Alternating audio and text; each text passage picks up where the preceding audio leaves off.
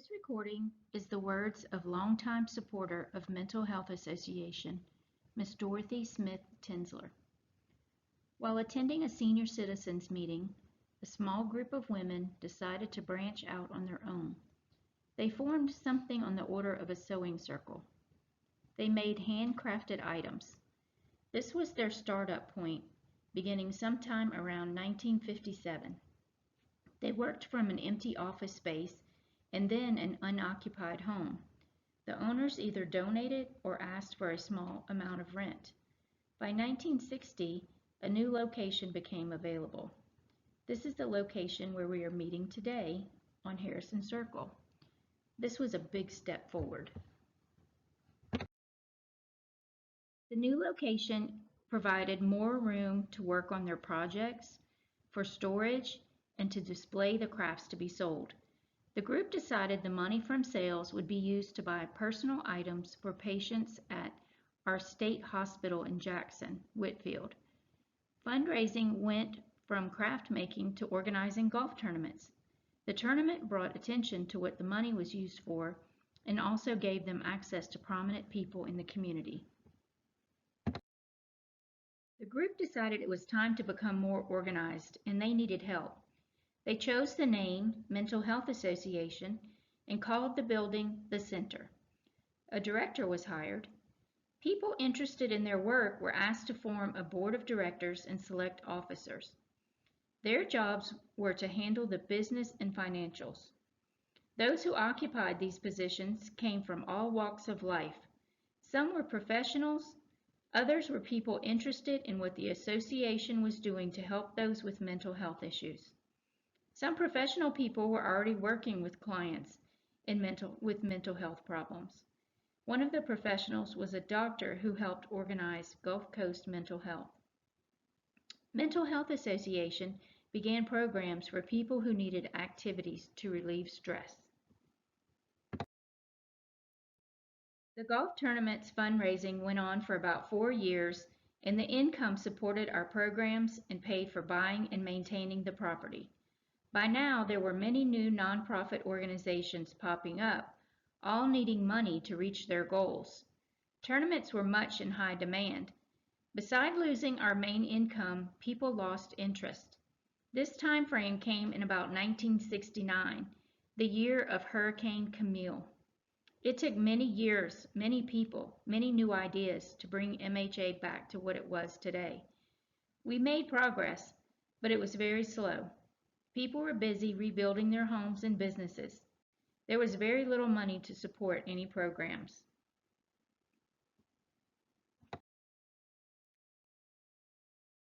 Through these difficult times, there were enough interested people in trying to move forward again, and the State Department of Mental Health had grant monies available. Mental Health Association had developed programs that the state was interested in supporting.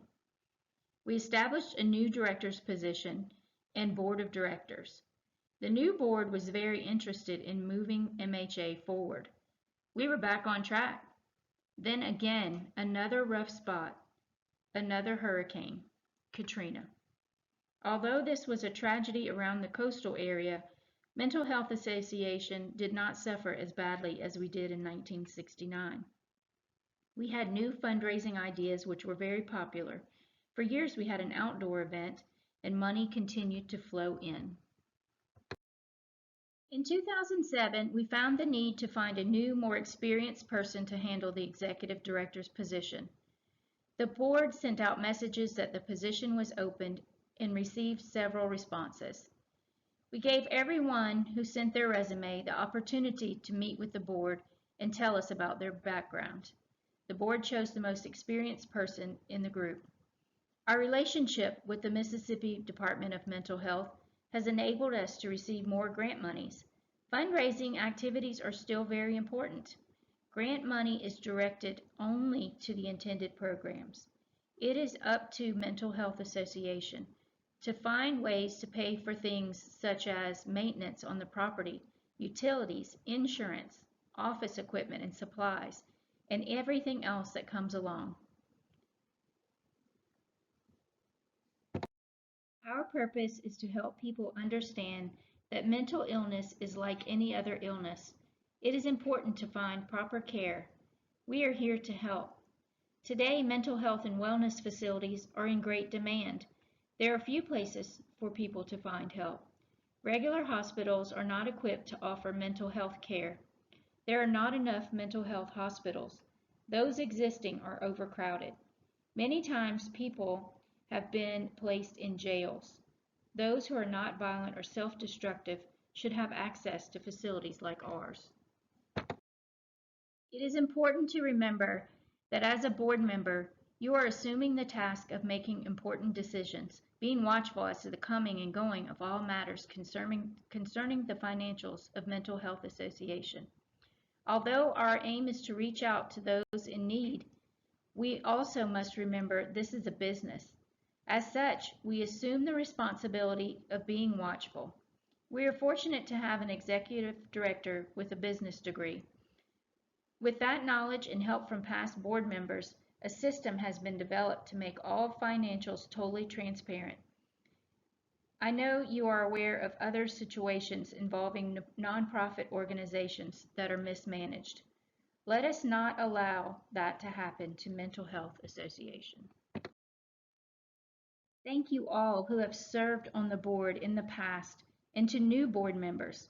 I hope you find the feeling of pride serving on the board of directors of this organization. Can you imagine how that small group of women would feel seeing the progress that Mental Health Association has made in the past 50+ years? The center is named in honor of one of those women, my mother, Opal Smith, who is very passionate about helping. I know they all would be so proud. Thank you, Dorothy Smith Tinsler.